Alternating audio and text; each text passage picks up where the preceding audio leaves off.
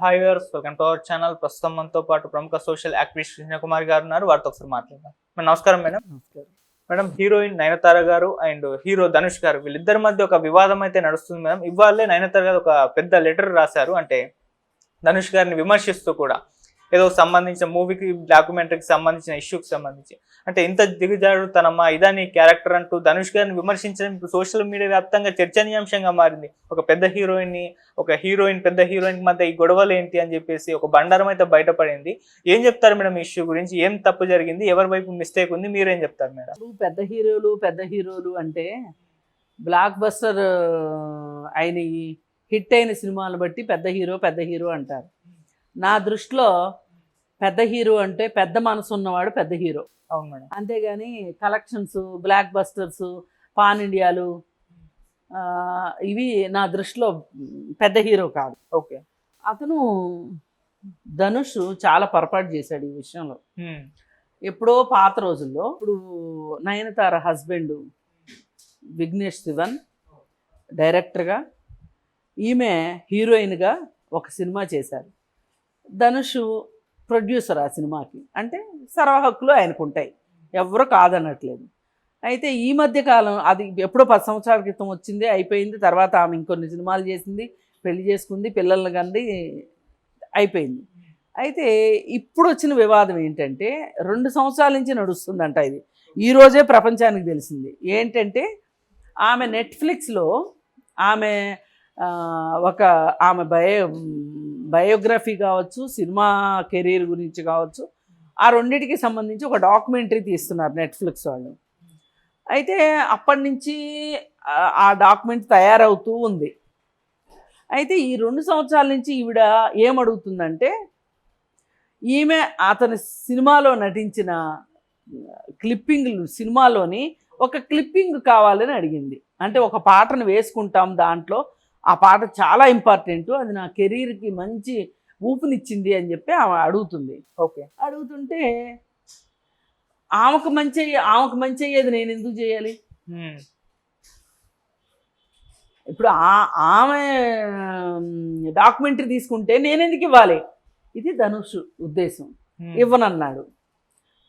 అయితే ఇక వాళ్ళు ఏం చేశారంటే, తప్పనిసరి పరిస్థితుల్లో ఒక 3 సెకండ్ల పాటు డైరెక్ట్ ఫిల్మ్లోది కాకుండా సెల్ ఫోన్లో వీడియో తీసిన దాన్ని వేసుకున్నారు దాంట్లో. ఓకే. వాళ్ళు చూసి టీజర్ రిలీజ్ చేశారు. ఆ టీజర్ చూసేసరికి ధనుష్కి ఒళ్ళు మండిపోయింది. ఎలా అంటే, నేను ఇవ్వకపోయినా వేసుకుంటుందా నా సినిమాలోది?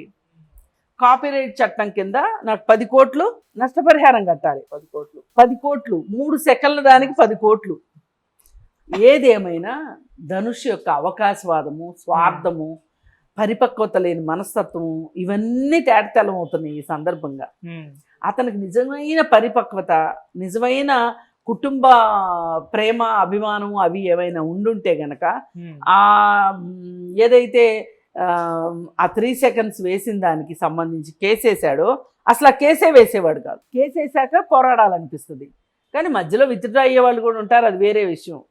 ఏదైనా సరే ఇక్కడ ఆమె అడిగింది మిమ్మల్ని, అడగకుండా వేసుకుంటే ఇప్పుడు ఆమెకి సోషల్ సపోర్ట్ ఉండేది కాదు. ఇవాళ ఇండస్ట్రీ మొత్తం యావత్తు సోషల్ సపోర్టు మొత్తం నయనతారకే ఉన్నాయి. అవును. ఎందుకంటే నయనతార అడిగింది, ఇస్తే ఏం పోయింది? అదేమంటే, ఇప్పుడు నువ్వు అక్కడ డబ్బులు తీసుకుంటున్నావు కదా, నీకు ఇక్కడేమన్నా మరి నేను ఫ్రీగా ఎందుకు ఇవ్వాలి? నాకు ఏదైనా డబ్బులు ఇస్తే ఇస్తాను అని ఉంటే, ఆ డబ్బులు ఆమెకు నచ్చితే ఇచ్చేదేమో. కానీ నువ్వు అలా నాంచి పెట్టడం వల్ల ఆమె ఏమనుకుంటుంది, ఇంక రాదుగా వన్సు, నేను అందుకని చెప్పి వేరే ఇంకేదన్నా అనే నీ మనస్తత్వం బయటకు వస్తుంది. కానీ నాకు ఉపయోగపడిపోయినా పర్వాలేదు, 2 వాళ్ళకి ఉపయోగపడితే మనకు ఒక మానసిక ఆనందం వస్తుంది. ఆ ఆనందం లేనివాడు ప్రశాంతంగా బతకలేడు. అతను లైఫ్లో ఒక రకంగా సినిమా ఫీల్డ్లో సక్సెస్ అయ్యాడు, కానీ మిగతా ఎక్కడ అతను సక్సెస్ కాల. తల్లిదండ్రుల్ని వదిలేసి వచ్చాడు, వచ్చి పెంపుడు తండ్రి దగ్గర ఉన్నాడు. అసలు తల్లిదండ్రులు ఇతను ఎక్కడున్నాడో కనిపెట్టి వచ్చారు. కానీ ఇతనికి ముందు నుంచే తన తల్లిదండ్రులు ఎక్కడుంటారో తెలుసు. వాళ్ళ దగ్గరికి వెళ్ళాలనుకోలే. అంత సామాన్యులకి కొడుకుగా ఉండటాన్ని అతను జీర్ణించుకోలేకపోతున్నాడు. ఓకే. నేను ఎక్కడో పుట్టాల్సిన, చాలామంది అంటుంటారు నేను ఎక్కడో పుట్టాల్సిన వాడిని, నా కర్మగాలి ఈ కొంపలో పుట్టాను అని అనుకుంటారు కదా, అట్లా అనమాట. అలా అతను కస్తూరి రాజన్ దగ్గర పెరగటాన్ని ఒక స్టేటస్ సింబల్గా తీసుకున్నాడు. అది అయిపోయిన తర్వాత మరి వాళ్ళు కేసు వేస్తే డిఎన్ఏ టెస్ట్కి అడిగారు వాళ్ళు. మేము రెడీ అన్నారు, కానీ ఇతను రెడీగా లేడు. ఎందుకంటే ఇతనికి తెలుసు నేను వాళ్ళ కొడుకునే అని. అలాగే ఒక గొప్పింటి అమ్మాయిని చూసి లవ్ చేశాడు. సరే రజనీకాంత్ కూడా సరే కానీ అని చెప్పి ఇచ్చాడు. ఆ బంధాన్ని నిలబెట్టుకోలేకపోయాడు. ఆ బంధంలో నుంచి కూడా బయటికి రావాల్సిన పరిస్థితి. ఇలా ఏ విధంగా చూసుకున్నా కానీ అతనికి మానసికంగా అతని మనస్సు అతని అధీనంలో లేదు అనేది అర్థమవుతుంది. అంటే మనస్సు మన అధీనంలో ఉండటము అంటే ఏంటి అంటే, మనం జనవరి 1 రోజున ఏం చేద్దాం అనుకుంటున్నామో అదే 31 వరకు అవసరం ఉన్నా లేకపోయినా చేస్తామా? డిసెంబర్ 31 వరకు అంటే న్యూ ఇయర్ రోజు మనం ఒక రెజల్యూషన్ తీసుకున్నాం కాబట్టి ఇంకా అదే అని దాని మీద స్టిక్ అని ఉంటామా? ఉండవు కదా. అలాగే ఏదైనా దీనికి వర్తిస్తుంది. మనం కాలానుగుణంగా మన అవసరాల్ని మన పద్ధతుల్ని మార్చుకోవాల్సిన అవసరం ఉంటుంది. అదేది అతని దగ్గర కనిపించట్లా. సొంత తల్లిదండ్రులు పనికిరారు, ప్రేమించి పెళ్లి చేసుకున్న అమ్మాయి పనికి రాలేదు, నీకు ఇంకా వేరే వేరే బంధాలు కావాల్సి వచ్చినాయి ఇప్పుడు. సరే ఏదేమైనప్పటికీ నువ్వు వెళ్ళి ఇవ్వను అని చెప్పేశావు, బాగుంది. ఇలా రెండో వాళ్ళ సంతోషాన్ని ఇవ్వను అని కూడా చెప్పలా. ఓకే. ఇవ్వను అని చెప్పకుండా వాళ్ళు ఆ సినిమాలో క్లిప్పింగ్ కాకుండా ఫోన్లో రికార్డ్ చేసిన దాన్ని వేసుకున్నారు. వాళ్ళు ఒక 3 సెకండ్లు వేసుకుంది. దానికి 10 కోట్లు నష్టపరిహారం కట్టాలని కోర్టు నుంచి వాళ్ళకి నోటీసులు పంపించాడు. ఇక ఆమె కోర్టులో నువ్వు గెలవచ్చు కాక, కానీ మన మనసు అంటూ ఒక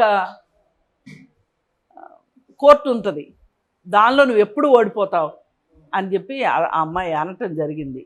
ఏదేమైనా ఇది అత్యంత బాధాకరమైన విషయము. గోటితో పోయేదాన్ని గొడ్డల దాకా తెచ్చుకోవడం అంటే ఇదే అని అర్థమవుతుంది.